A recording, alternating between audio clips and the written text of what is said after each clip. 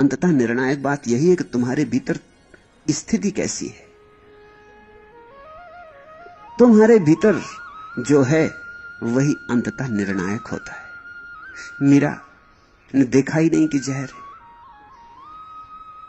सोचा ही नहीं कि जहर है। राणा ने भेजा है तो जो मिलता है प्रभु ही भेजने वाला है, राणा के पीछे भी वही भेजने वाला है, उसके अतिरिक्त तो कोई भी नहीं है।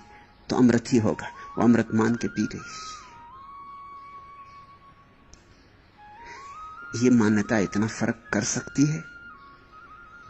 तुम सम्मोहनविद से पूछोगे तो वो कहेगा हां, और सम्मोहनविद ही जानता है कि मनुष्य के मन के काम करने की प्रक्रिया क्या है।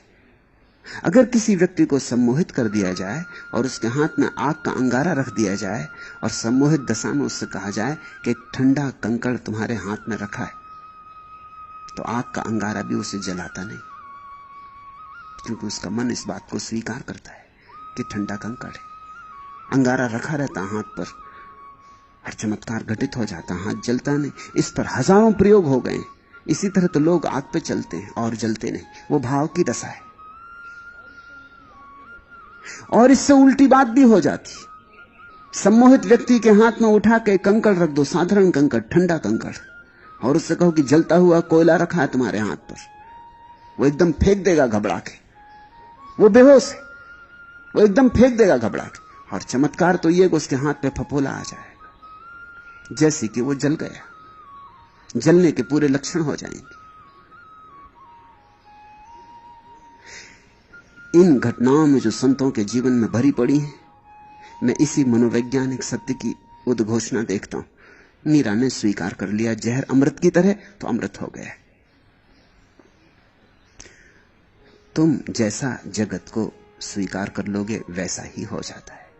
यह जगत तुम्हारी स्वीकृति से निर्मित है। यह जगत तुम्हारी दृष्टि का फैलाव है। सांप एक पिटारी में रख के भेज दिया, जहरीला सांप। उसने पिटारी खोली और उसे तो सांवले कृष्ण ही दिखाई पड़े। उसने उठा के उन्हें गले से लगा लिया।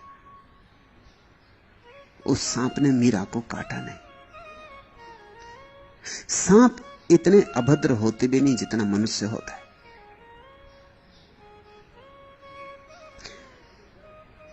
सांप इतने जड़ होते भी नहीं जितना मनुष्य होता है। मीरा का उसे प्रेम से अपने गले से लगा लेना सांप को भी समझ में आ गया होगा कि यहां कोई शत्रु नहीं, मित्र है। सांप भी तभी हमला करता है जब कोई शत्रु हो, जो कोई चोट पहुंचाने को उत्सुक हो, तभी हमला करता है, नहीं तो हमला नहीं करता है।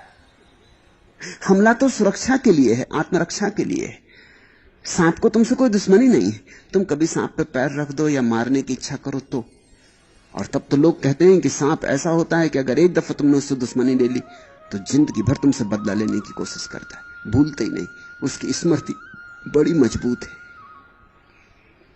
लेकिन मीरा ने जब उससे प्रेम से गले लगा लिया होगा तो उस तरंग को उसने भी समझा होगा, उस प्रेम में वो भी डूबा होगा। इस स्त्री को काटा नहीं जा सकता।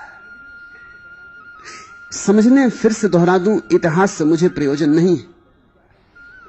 इतिहास से भी ज्यादा मूल्यवान है इन घटनाओं के पीछे छिपा हुआ मनस्तत्व, क्योंकि वही तुम समझोगे तो काम का है। और चमत्कार भी इनमें कुछ नहीं है। ये चमत्कार दिखाई पड़ते हैं क्योंकि इनके पीछे का नियम हमारी समझ में नहीं आता। नियम सीधा साफ है। तुम जैसे हो करीब करीब ये जगत तुम्हारे लिए वैसा ही हो जाता है। तुम अगर प्रेमपूर्ण हो तो प्रेम की प्रतिध्वनि उठती है।